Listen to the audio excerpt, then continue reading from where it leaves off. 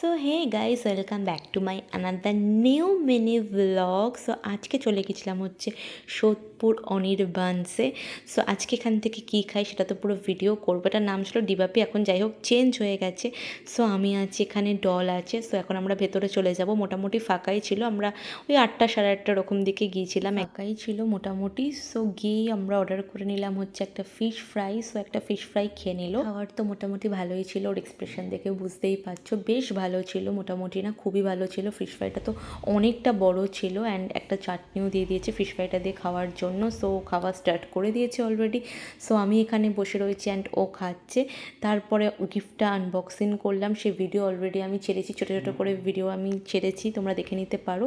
এই হচ্ছে গিফটটা কেমন হয়েছে অবশ্যই তোমরা আমাকে কমেন্টে বলে দিও। খুলতে অনেকটা স্ট্রাগল হয়েছে, মানে খুলতে পারছিলাম না, তারপর ও খুলেছে ফাইনালি অনেক কষ্টের পর। এই হচ্ছে পুরো গিফটটা। কেমন হয়েছে সেটা তো অবশ্যই জানিয়ে দেবে। অ্যান্ড গিফট খুলতে খুলতে খাবার অলরেডি চলে এসে দেখতেই পাচ্ছ, fried rice and chilli chicken খাবার চলে এসেছিলো। বাট ওর গিফট খোলা হচ্ছিল না, এতটা টাইম লেগেছিল গিফটটা খুলতে। সো অনেক স্ট্রাগল করার পর গিফটটা তো খুলেছে। তারপর আমি বললাম যে গিফট পরে খুলবি, আগে খেয়ে নে। সো এই হচ্ছে ওর ফ্রাইড রাইস চিলি চিকেন। যেমন বললাম, ওর খাওয়ার কোয়ালিটি তো মানে কোয়ান্টিটি মানে তো অনেক ছিল, এতটা কোয়ান্টিটিও খেতেও পারবে না। কোয়ান্টিটি দুটোই মেনটেন করেছে।